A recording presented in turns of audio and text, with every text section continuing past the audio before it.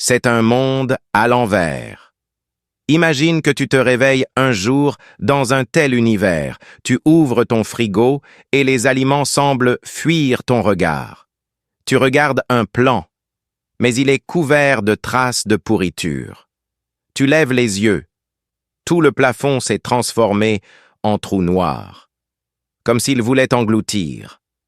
Tu sors de ta chambre et croises ton voisin, mutilé et défiguré. Pris de panique, tu cours. Mais en descendant dans la rue, l'horreur s'aggrave. La ville entière est dévastée, tordue, comme si les lois de la physique n'existaient plus. Les immeubles et les routes sont renversés, les passants sont des corps en décomposition. Tout est silence, tout est chaos. Soudain, un monstre liquide et noir surgit d'un gratte-ciel et abat une main gigantesque comme une faux. Une explosion retentit. Un groupe armé intervient, te sauvant in extremis. Ils fuient avec toi.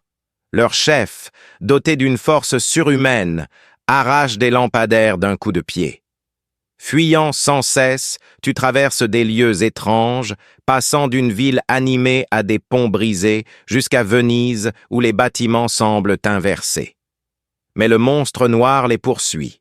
Acculé, un camarade se sacrifie avec une grenade pour retenir la créature et le reste du groupe parvient à s'échapper. Là, on t'explique enfin. Tu es dans un monde construit par les souvenirs des comateux. Chaque personne dans le coma y apporte ses propres images. Arbres, ponts, villes. Mais quand la mémoire s'efface, ces choses se corrodent et disparaissent. Quant aux monstres, ce sont les âmes déformées des personnes en mort cérébrale.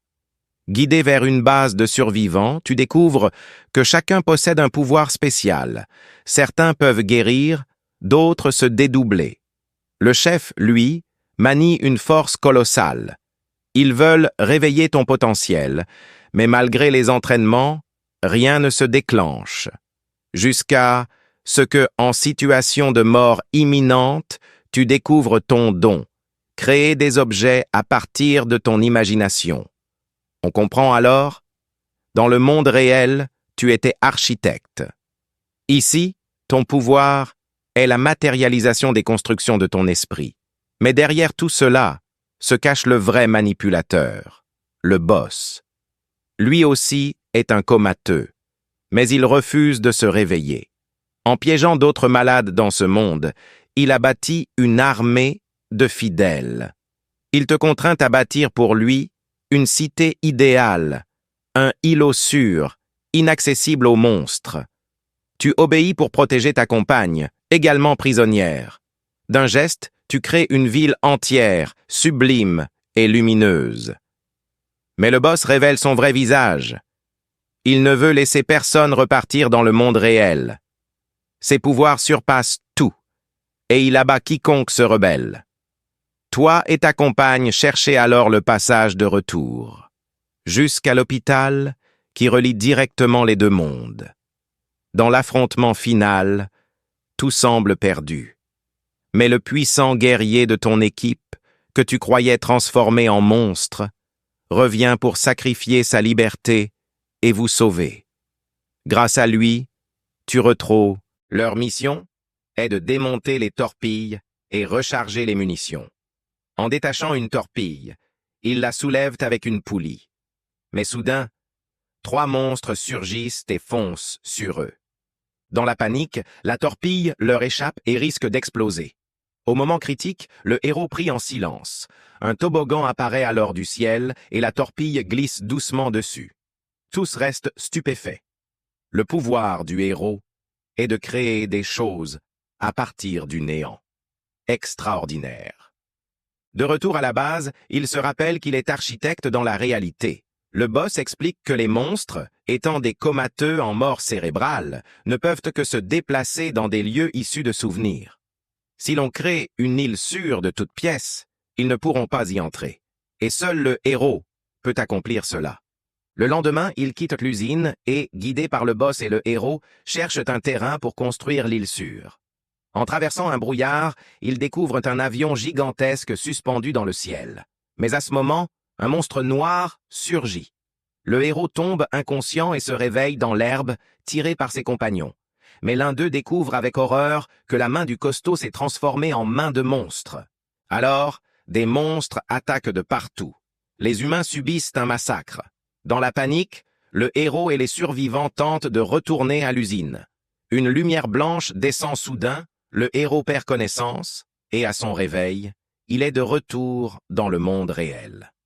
À côté de lui, sur un lit d'hôpital, se trouve la femme qu'il avait rencontrée dans le monde parallèle. Il se rappelle alors, tout était manipulé par le boss. Celui-ci avait compris qu'en entrant dans le coma, on accédait à ce monde. Alors il trompait les patients et les rassemblait dans une cave. Ainsi, dans le monde des rêves, il avait des fidèles. En fait, le boss savait depuis longtemps que ce n'était qu'un rêve, mais il refusait de se réveiller. Le héros, furieux mais impuissant car sa petite amie était retenue, accepte de bâtir pour le boss une cité sûre dans le monde parallèle en échange de leur liberté. Il retombe dans le coma et revient. Alors que ses compagnons sont acculés par les monstres, il crée de toutes pièces un pont gigantesque qui les sauve.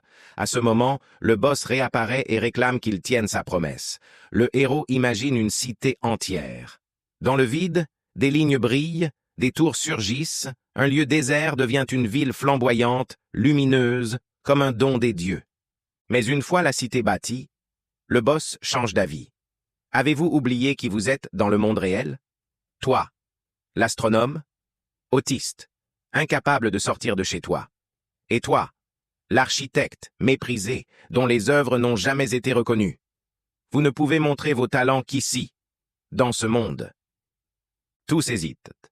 Puis le boss révèle sa vraie nature. Il ne les laissera pas partir. Il envoie voler le héros d'un geste, révélant sa puissance écrasante. Heureusement, la compagne du héros le soigne. Ensemble, ils cherchent la sortie vers le réveil. Ils reviennent à la base, découvrent qu'une salle mène directement à l'hôpital. Mais comment se réveiller? Le héros se souvient alors d'une peinture sur le mur de l'hôpital, vue avant son coma. C'est peut-être la clé. Mais l'astronome est corrompu, ne laissant que le héros et la femme. Soudain, le boss les attaque. Mais au moment critique, un monstre noir transperce le boss. C'est en réalité leur compagnon costaud, transformé, mais qui a gardé son humanité. Il ne les blesse pas et les laisse fuir, tandis que lui reste à jamais prisonnier du monde parallèle. À la fin, le héros revient à une vie normale, redevenu architecte. Mais hélas, personne n'aime ses œuvres. Sa compagne l'encourage à ne pas abandonner. Alors qu'il se retourne, il sort une lettre cachée sous un magazine. Une invitation de l'hôpital. Il comprend. Il peut à tout moment retourner dans ce monde parallèle. Alors, une question demeure. Choisirais-tu de rester dans la réalité comme un homme ordinaire ou de retourner dans l'autre monde pour y être un dieu?